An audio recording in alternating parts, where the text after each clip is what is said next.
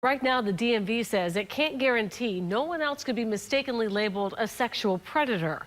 9 Investigates brought you Tammy Lemaster's story last night, and today she got a new license. News since then, Channel 9 Steve Barrett found out this could happen again.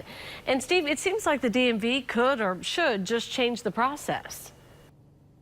Yeah, that would be a good idea. This particular mistake we're talking about happened at one particular DMV office. This one right here in Claremont, where it was a matter of making the wrong choice on a computer drop-down menu. But we found out the same mistake could be happening elsewhere, and there's nothing these local offices can do about it. I want to be an organ donor, and that's what it was supposed to be on my driver's license, organ donor. It wasn't supposed to be sexual predator on there. Tammy Lemaster was shocked when she noticed her new driver's license labeled her as a sexual predator.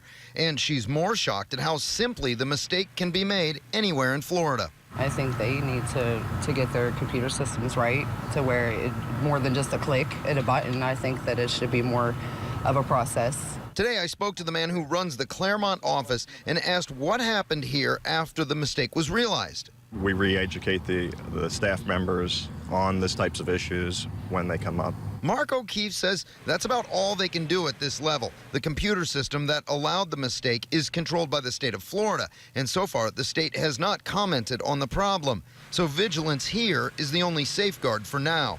Lemaster and her attorney hope to change that. The state is essentially adjudicating people as the worst thing you can call somebody, a child molester type thing. But it's time to fix what's on that license so that this can't happen to person after person after person.